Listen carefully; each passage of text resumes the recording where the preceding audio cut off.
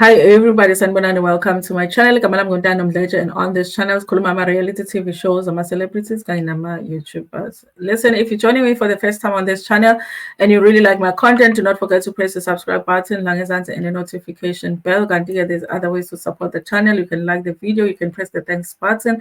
There is a join button, and also you can watch adverts on this video. Guys, liking the video is free and it's so important. In fact, every time you click on the video, you must click on the video and also click on the like button before you even watch the video. That is the rule on YouTube. They just don't tell you. Okay.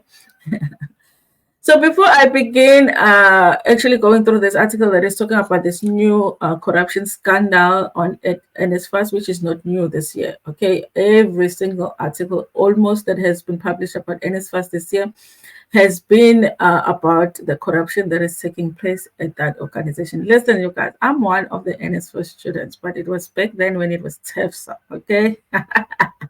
And we used to get 1,200 rands for the whole term. Now they get that money for the month. Can you imagine, the privilege?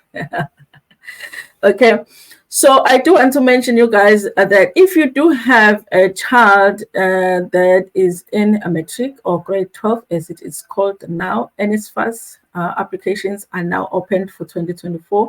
Make sure that your child has applied. If you are a child yourself, make sure that you have applied, because they have a tendency to not apply. But then at the beginning of the year, they're trying to find out about NESFAS then, and it's already too late. The applications are closing on the 31st of January 2024. Also, you guys, if your child is in KZN and intending to study in KZN, make sure that they have submitted CAO application, okay, Central Admissions Office application, which is you go into the website and apply there for whatever course that you want, and then they submit the applications to all of the universities in KZN, because we do not actually take applications directly from students anymore. That doesn't happen. So lento yokuthi nisifonela nithi bandla ngicela ungifakele umntanami, nathi even abethu abantwana asikwazi ukubafaka nowadays. Because they also have to put this. So make sure that they've put in the CAO application. And also, you guys, if they want to study outside of KZN, CAO, as far as I know, it does not submit applications outside of KZN. So they need to make sure that they have applied directly with the universities that are outside of KZN. I believe that if you do submit a late application with CAO, number one, you're not guaranteed space, and also you pay a little bit more for the application itself because it's late. So I don't know if CAO still accepts that, since it's December now. But with the direct application at other universities, it's so late now to do it, but I guess they could try and find out if they can still apply. Okay, make sure the kids do that, you guys. It's very sad. I work at a university, so it's very sad when they come. So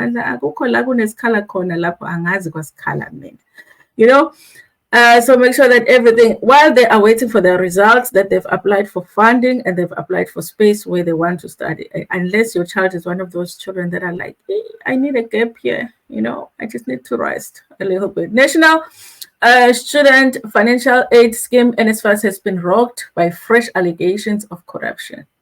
Okay, guys, sometimes I feel like South Africa should be named South Corruption Africa, because there is corruption everywhere. This is a story written by Upumla Mkhize, writing for the Sunday World, to say new corruption scandal rocks NSFAS. A report released by organization Undoing Tax Abuse last week found that NSFAS floated policies in its appointment of service providers for student accommodation. The report stated that not only was the ex-CEO Andile Nongoko present when bidding companies were making their presentations before the evaluation committee, he also commented on them. Okay. The report further found that some of the firms owned by directors of Co-Invest, which is one of the four fintech companies that linked to the controversial and now cancelled tenders to provide direct payment for living allowances to NSFAS students, were also awarded accommodation tenders. This is the thing, you guys. Before, I know that for the institution I work for, we used to pay the allowances to the students. So NSFAS will pay the allowance, the money to the university will pay the students. So they changed the system where now they get their own service providers to pay directly to the students, which a lot of the time students don't understand that we have nothing to do with that part of the system. Okay, so there was an article that came out not so long ago that was talking about how even that process, there was corruption picked up with that process, the process of appointing of the service providers to pay the students allowances. Now here they're talking about the service providers, because now they were going to do the same when it comes to accommodation. Instead of the universities finding the accommodation, doing like the verification that it's in the right condition and all of that, and then putting them on the system, that was going to be done now by NSFAS. Directors of the two companies that were awarded tenders to provide online student accommodation portal said the reports were also appointed in the panel to accredit student accommodation providers and also own student housing. The directors are Kwasi Asarepa and Ebenezer Kwamena Smith and Professor IT. One of the directors of Professor IT, Ebenezer Kwamena Smith, is also a director of the other two companies. Basically, the same person was bidding 3 times. It sounds like that, okay?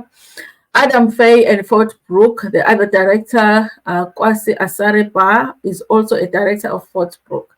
Adam Fay was also appointed as a NSFAS accommodation accreditation agent in Fort Brook and accredited NSFAS accommodation provider, said out in its reports. Listen, basically it sounds to me like they just appointed one company to do everything, okay, but uses different names to provide different kinds of services to the same organization. So you just basically had the same person bidding for all of the work. In this instance, the same person was appointed to develop an online student accommodation platform where accommodation providers list their properties, were also appointed as a student accommodation accreditation agents. The student accommodation accreditation agent who inspects properties listed on the online platform have property which is accredited and is advertised on online platform they develop themselves, at the reports. Listen, you guys, in theory, it sounds very, they are getting advanced with the system of saying, listen, instead of doing things manually in terms of verification of the accommodation and all of that, let's do everything online. But the problem is, how do they appoint these service providers to provide that service? The report said, and as far as definitely favored this service and accommodation providers. NSFAS took over the function of accreditation of accommodation from the higher education institutions to ensure students' accommodation met the minimum standard. Because I believe that their reasoning for taking over that part of the verification of the accommodation was that they were saying that there is corruption with the universities accrediting the accommodation owners. You know, instead, when the university is deciding whether your accommodation meets the standard for them to take it in as providing the accommodation to the student, they felt like there was corruption there. But now it's like a bigger corruption now that it's in the hands of the NSFAS organization. Okay. The student accommodation portal was developed to allow accommodation providers to upload accommodation information and pictures, which include accommodation at tertiary institutions and accommodation provided by the private sector. When accommodation providers upload the information, they must pay once-off fee to NSFAS. The fee is determined by a number of beds that are registered on portal, the report said. There are questions in the report around who is benefiting from the fees, which amounts to 40 million for accreditation on the portal and 600 million for accommodation provided. Outed said that it will submit its report to the Special Investigative Units, Special Investigation Units, NIU, all matters related to student accommodation under the earlier proclamation. It said it will also submit a report to NSFAS and Department of Higher Education, Science and Innovation, and Auditor General and the National Assembly's Portfolio Committee on Higher Education. NSFAS spokesperson Ismail Nis confirmed that the board of NSFAS received the report from OUTA in December the 7th. We are studying the report and view it as serious. Upon completion of studying the report, NSFAS will respond to its finding. At this point in time, we are not aware of the invention by the OUTA to refer the report to any state again, he said. The SIU did not respond to questions sent to it by Sunday World at the time of going to print. Guys, listen. we love people. We love it when Black people actually take the positions of leadership, but it's very disappointing when they do, and then immediately when they do, all of these things start coming up about corruption. Okay, because it's starting to sound like Andile Nogongo just went there to eat in himself. Okay, and for him and his friends to eat, but that is alleged. We don't know yet. Okay, hopefully it's not true. But the important part, you guys, is that you must make sure that your children, and your relatives, so that you don't have that child that is going to call you at the beginning of the year and say, Auntie, ngishoda ngemali ye-registration, ngicela bandla ungifakela u-4,600 rand. Just make sure that you send them the link so that they can apply for NSFAS. Anyway, you guys, good luck to the parents that are waiting for their kids' matric results. I know how it feels like. That was me last year, Good luck. Anyway, thank you so much, you guys, for watching this video. Please like it before Upumegiona. Share it with your friends, with your family, and even with strangers. Nginithanda kakhulu.